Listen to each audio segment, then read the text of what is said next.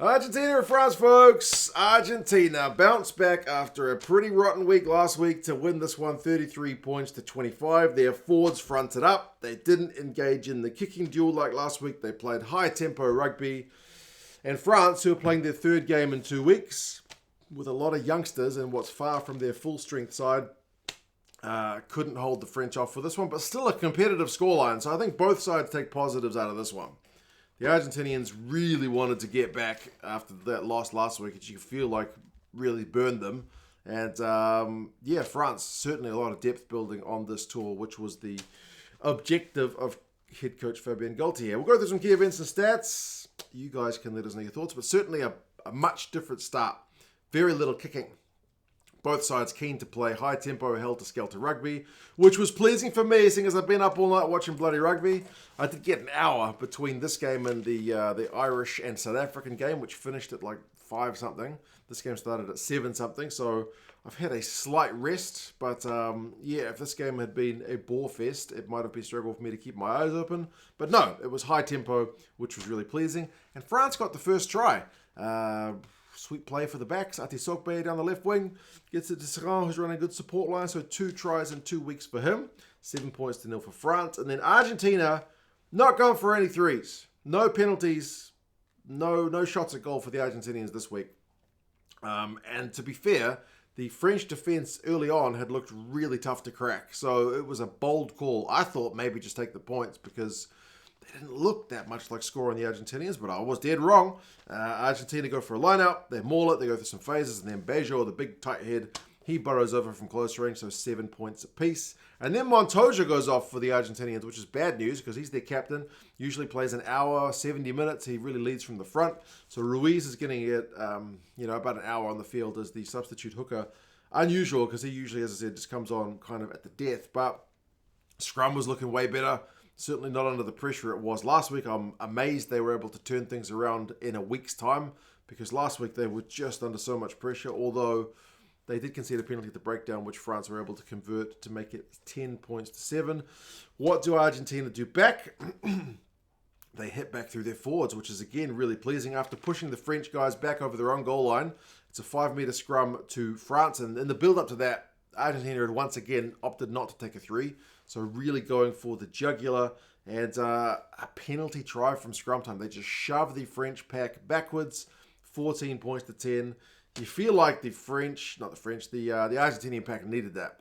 As I said, last week was so disappointing. They needed to show that they are a better team than what they showed, especially with their forwards. And then they scored a try which was not like prop try, scrum try, through Santiago Carreras. It's a set play. Nice line-out move. I think it's Vélez to Moroni to Carreras. Slick, and then he just straightens his line. 21 points to 10. Again, not opting for a 3, opting for a line-out. So Argentina bold, and they got some rewards for it. So 21 points to 10 at halftime. France could have scored before halftime, but they ended up with a win knock-on to Gaitan. So yeah, both sides really fun to watch in the first half. Possessions, 57-43 to Argentina. Territory, 61-39 to Argentina. And there's only been 19 kicks. Like, both sides had kicked more than 19 times by halftime last week. So, very, very different feeling to the game. Second half, France, though, they start better.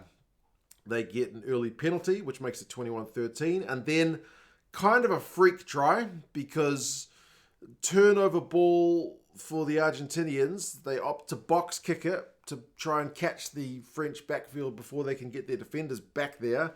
But the kick gets charged, so it's like a turnover on the turnover. And then Gaitan is able to punish. So 21-20. That's a real poacher's try, not one that you could probably see again if you played that game 10 more times. But it happened. So 21 points to 10. And then it's all France. All France when Atisogbe is able to get his second try in 2 weeks. That one comes from a kick, a tough bounce for Delguy to handle, so Atisogbe punishes 25-21. How's Argentina going to react? Because they were the better team in the first half, and France have just come out and put 2 quick tries on them, plus a penalty, retaking the lead. We lose the picture for a while, so I don't really know what happens immediately after the Atisogbe try.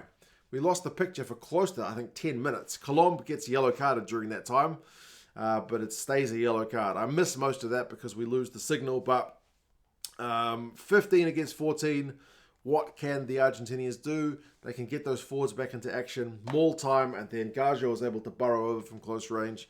So he comes off the bench and scores a try. Misconversion, but back in front for the Pumas, 26-25.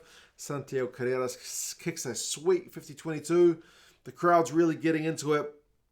France do win a penalty at the breakdown to hold off the Argentinian pressure, but they get it not long later anyway. It's a second try after a load of carries, a load of pressure, forwards and backs. Good go-forward ball from the Pumas. Gajo finishes it. So second try for him off the bench. He loves to try that prop. 33-25. That's the final scoring of the game. France needed to score twice within the final 10 minutes. They kind of had efforts, but, knock on. Tulangi had a big carry with a minute to go, but France conceded a penalty at the breakdown. Bertrand getting over the ball. So, yeah, much, much different game from last week. The Pumas, I don't think they'll be getting too excited about beating a not full-strength French side, but they certainly will be proud that they put in a much better effort than last week. Last week was genuinely quite poor. Although, that being said, they still generated a fair bit of offense last week, but the error count was way too high. This week reduced the error count and the forwards fronted up a lot better. They didn't engage in the same kicking duel that they did last week with the French. Run meters finished 466 to 471. Possession 54-46, territory 60-40. So Argentina edged the kind of territory and possession. Kicks from hand is 22-24, way less than last week. Last week was 80-plus kicks.